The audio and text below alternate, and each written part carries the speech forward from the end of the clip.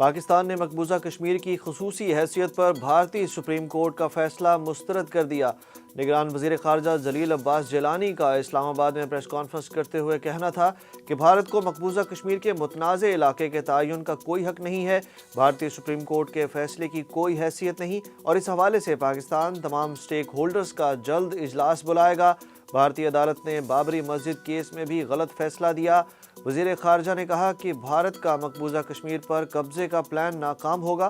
اس وقت پاکستان کا بھارت سے کوئی ڈائیلاگ نہیں چل رہا۔ سابق وزیر اعظم شہباز شریف اور سینئر نائب صدر مسلم لیگ نون مریم نواز نے بھی بھارتی سپریم کورٹ کے فیصلے کو ایک اور بھارتی جھوٹ قرار دے دیا۔ بھارتی سپریم کورٹ کا افسوسناک فیصلہ، مقبوضہ کشمیر کو بھارت کا حصہ قرار دے دیا۔ خصوصی حیثیت کے خاتمے کا فیصلہ برقرار۔ عدالت نے آرٹیکل 370 منسوخ کرنے کے خلاف دائر اپیلوں پر فیصلہ سناتے ہوئے مودی سرکار کا 5 اگست 2019 کا فیصلہ برقرار رکھا۔ بھارتی سپریم کورٹ نے فیصلے میں کہا کہ مقبوضہ کشمیر بھارت کا اٹوٹ انگ ہے۔ مقبوضہ کشمیر اسمبلی کے 30 ستمبر 2024 تک الیکشن کرائے جائیں۔ سپریم کورٹ نے درخواستوں پر فیصلہ 5 ستمبر کو محفوظ کیا تھا۔ فیصلہ سنانے کے موقع پر مقبوضہ وادی میں سیکیورٹی کے سخت انتظامات کیے گئے۔ بھارتی میڈیا کے مطابق کشمیری رہنما محبوبہ مفتی کو گھر پر نظر بند کر دیا گیا، جبکہ بھارتی وزیر اعظم نریندر مودی نے سپریم کورٹ کے فیصلے کو تاریخی قرار دے دیا اور کہا کہ آج کا فیصلہ صرف قانونی نہیں، امید کی کرن اور روشن مستقبل کا وعدہ ہے۔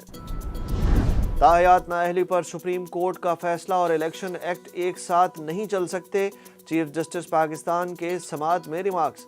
سپریم کورٹ میں چیف جسٹس پاکستان قاضی فائز عیسیٰ اور جسٹس اطہر من اللہ پر مشتمل بینچ نے میر بادشاہ کیس رانی کی نااہلی کے کیس کی سماعت کی، جس میں عدالت نے تاحیات نااہلی کی مدت تعین کا معاملہ لارجر بینچ میں مقرر کرنے کے لیے ججز کمیٹی کو بھجوا دیا۔ عدالت نے کہا کہ موجودہ کیس انتخابات میں تاخیر کے آلے کے طور پر استعمال نہیں کیا جائے گا۔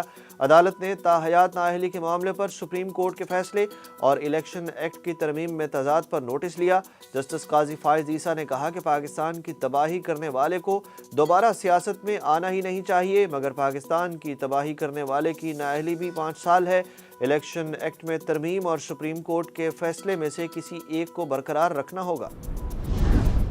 سویلینز ٹرائل روکنے کے فیصلے کے خلاف بینچ پر جسٹس اعجاز الاحسن نے اعتراض اٹھا دیا۔ سپریم کورٹ کے جج جسٹس اعجاز الاحسن نے خط میں لکھا کہ 7 دسمبر کو 4 بجے چیف جسٹس پاکستان کے آفس میں اجلاس ہوا۔ اجلاس کا ایجنڈا مجھے متعدد مرتبہ رابطوں کے بعد دیا گیا۔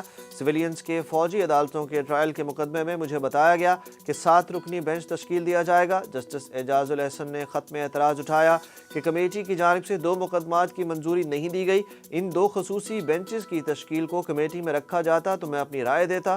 کمیٹی اجلاس میں 7 رکنی بینچ پر اتفاق کے بجائے 6 رکنی بینچ تشکیل دیا گیا۔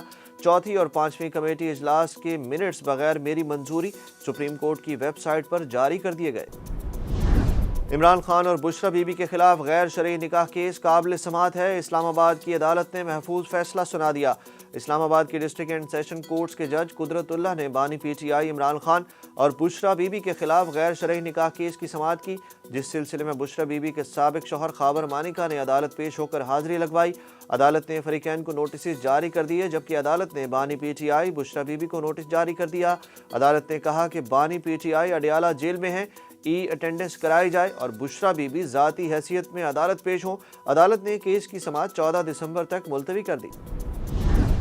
عمران خان کے احتجاج کے 3 اور شاہ محمود قریشی کی 2 مقدمات میں ضمانتیں منظور ہو گئیں۔ اے ٹی سی عدالت کے جج ابو الحسنات ذوالقرنین نے پی ٹی آئی رہنماؤں کی ضمانتیں منظور کرنے کا فیصلہ سنایا۔ عدالت نے 30 ہزار روپے کے مچلکوں کے عوض ضمانتیں منظور کیں۔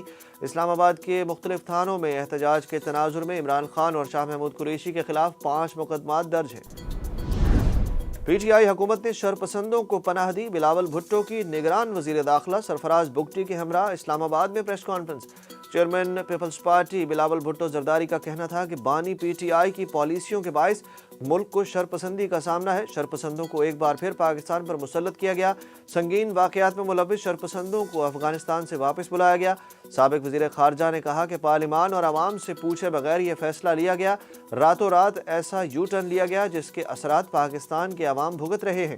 نگران وفاقی وزیر داخلہ سرفراز بگٹی نے کہا کہ شرپسندوں کو معاف کرنے کا کسی کے پاس اختیار نہیں ہے۔